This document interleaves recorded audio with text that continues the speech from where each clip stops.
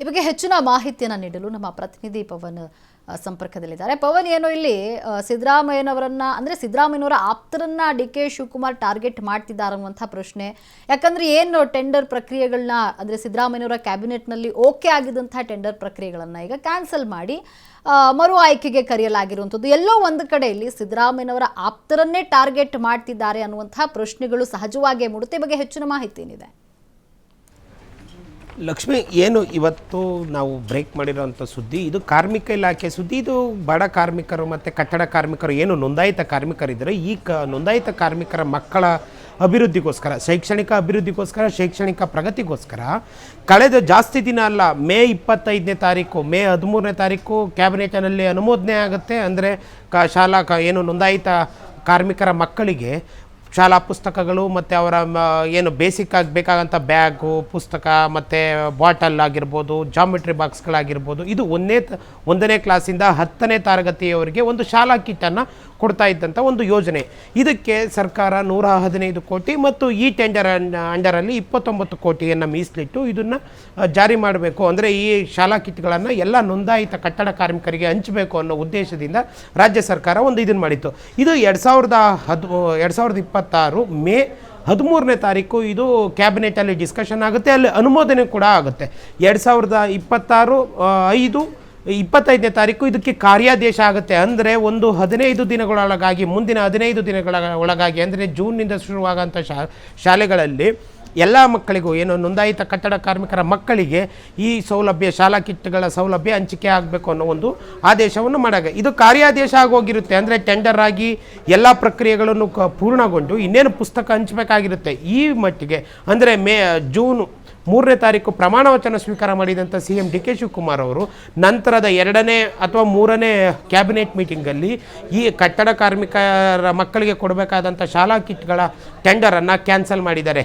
ಇದರ ಉದ್ದೇಶ ಸಿದ್ದರಾಮಯ್ಯ ಬಣದ ನಾಯಕರನ್ನು ಟಾರ್ಗೆಟ್ ಮಾಡಿದ್ದಾರೆ ಅನ್ನೋದಕ್ಕಿಂತ ಹೆಚ್ಚಿನದಾಗಿ ಬಡ ಕಾರ್ಮಿಕರ ಮಕ್ಕಳಿಗೆ ಸಿಗ್ತಿದ್ದಂಥ ಸೌಲಭ್ಯಕ್ಕೆ ತಡೆ ನೀಡಿದ್ದಾರೆ. ಇದು ರೀಟೆಂಡರ್ ಕರೆದಿದ್ದಾರೆ. ಈ ರೀಟೆಂಡರ್ ಕರೆದಿರೋದು ಈಗ ಹೊಸದಾಗಿ ಟೆಂಡರ್ ಹಾಕೋವಂಥವನು ಏನು ಉದ್ಯಮ ಇರ್ತಾನೆ, ಅವನು ಅದಕ್ಕೆ ಟೆಂಡರ್ ಹಾಕಬೇಕು, ಆ ಟೆಂಡರ್ ಪ್ರಕ್ರಿಯೆ ಮುಗಿಬೇಕು, ಅದು ಕಾರ್ಯಾದೇಶ ಆಗಬೇಕು. ಅಷ್ಟರೊಳಗೆ ಈಗ ಆಲ್ರೆಡಿ ಜುಲೈ ತಿಂಗಳಿದು. ಈಗ ಆ ಮಕ್ಕಳಿಗೆ ಆ ಶಾಲಾ ಕಿಟ್ಗಳು ತಲುಪೋದು ಕನಿಷ್ಠ 6 ತಿಂಗಳಾಗುತ್ತೆ.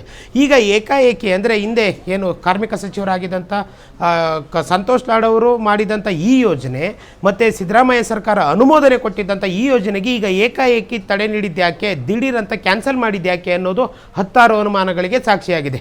ಅದಲ್ಲದೆ ಇನ್ನೊಂದು ಪ್ರಶ್ನೆ ಕಾಡುತ್ತೆ ಲಕ್ಷ್ಮಿ ನಮಗೆ, ಏನು ಅಂದರೆ ಈ ಅನುಮೋದನೆ ಕೊಟ್ಟಂಥ ಇದಕ್ಕೆ ಯಾವುದು ಟೆಂಡರ್ಗೆ DCM ಆಗಿದ್ದರು, ಅವತ್ತಿನ ಕಾಲದಲ್ಲಿ DCM ಆಗಿದ್ದಂಥ ಡಿ.ಕೆ. ಶಿವಕುಮಾರ್ ಅವರು ಸಹ ಈ ಕ್ಯಾಬಿನೆಟ್ ಮೀಟಿಂಗಲ್ಲಿದ್ದರು. ಅವರು ಸಹ ಈ ಕ್ಯಾಬಿನೆಟಲ್ಲಿ ಎಲ್ಲ ಚರ್ಚೆ, ಸಾಧಕ ಬಾಧಕಗಳನ್ನು ಚರ್ಚೆ ಮಾಡಿದ್ದಾರೆ. ಹಣಕಾಸು ಇಲಾಖೆಯಲ್ಲಿ ಇದು ಚರ್ಚೆಯನ್ನು ಮಾಡಿದ್ದಾರೆ. ಎಲ್ಲ ಕೂಡ ಸಿದ್ದರಾಮಯ್ಯನವ್ರ ನೇತೃತ್ವದಲ್ಲಿ ನಡೆದಂಥ ಆ ಕ್ಯಾಬಿನೆಟ್ ಮೀಟಿಂಗಲ್ಲಿ ಡಿ.ಕೆ. ಶಿವಕುಮಾರ್ ಅವರು DCM ಆಗಿದ್ದು ಸಹ ಈ ಎಲ್ಲ ಸಾಧಕ ಬಾಧಕಗಳು ಗೊತ್ತಿದ್ದು ಟೆಂಡರ್ ಆಗಿ ಕಾರ್ಯಾದೇಶ ಆಗಿ ಏನು 130-140 ಕೋಟಿ ವೆಚ್ಚದ ಈ ಟೆಂಡರನ್ನು ಈಗ ಕ್ಯಾನ್ಸಲ್ ಮಾಡಿರೋದು 10 ಅನುಮಾನಗಳಿಗೆ ಕಾರಣ ಆಗಿದೆ. ಏನು ಅಂದರೆ ಇದರಲ್ಲಿ ಫಸ್ಟ್ನೇ ಪಾಯಿಂಟ್ ಏನು ಅಂದರೆ ಸಿದ್ದರಾಮಯ್ಯ ಆಪ್ತರನ್ನು ಏನಾದರೂ ಡಿ.ಕೆ. ಶಿವಕುಮಾರ್ ಅವರು ಟಾರ್ಗೆಟ್ ಮಾಡಿದ್ದಾದರೆ ಈಗ ಏನು ಶೈಕ್ಷಣಿಕ ವರ್ಷ, ಈಗ ಶಿಕ್ಷಣ ಸಚಿವರಿಲ್ಲ ಯಾರೂ, ಮತ್ತು ಕಾರ್ಮಿಕ ಸಚಿವರಿಲ್ಲ.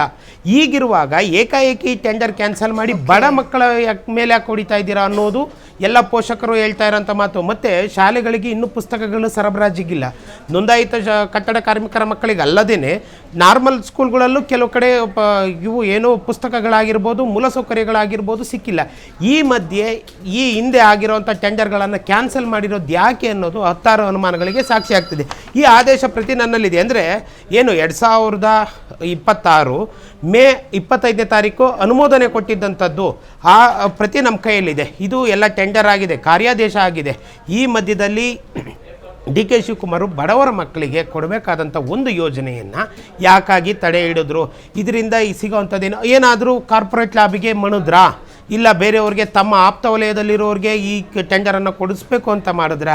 ಇದರಲ್ಲಿ ಯಾವುದೇ ಕಾರಣಕ್ಕೂ ಸರ್ಕಾರದ ವಿರುದ್ಧವಾಗಲಿ ಅಥವಾ ಡಿ.ಕೆ. ಶಿವಕುಮಾರ್ ವಿರುದ್ಧವಾಗಲಿ ನಾವು ಆರೋಪ ಮಾಡ್ತಾ ಇಲ್ಲ. ಆದರೆ ಬಡ ಮಕ್ಕಳಿಗೆ ಸಿಕ್ಕಬೇಕಾದಂಥ ಸೌಲಭ್ಯಗಳು ಯಾಕೆ ಸಿಗ್ತಾ ಇಲ್ಲ, ಯಾಕೆ ಏಕಾಏಕಿ ತಡೋದ್ರಿ, ಇದನ್ನು ನಾವು ಪ್ರಶ್ನೆ ಮಾಡ್ತಾ ಇರೋದೇ ವಿನಃ ಈಗ ನೀವು 6 ತಿಂಗಳು ಈ ಟೆಂಡರನ್ನು ಹೊಸ್ದಾಗಿ ಕರೆಯೋದಾದರೆ ಮತ್ತೆ 6 ತಿಂಗಳು ಮಕ್ಕಳಿಗೆ ತಡ ಆಗುತ್ತೆ ಬುಕ್ ಸಿಗೋದು. ಶೈಕ್ಷಣಿಕ ವರ್ಷ ಅರ್ಧ ವರ್ಷ ಮುಗದೇ ಹೋಗುತ್ತೆ.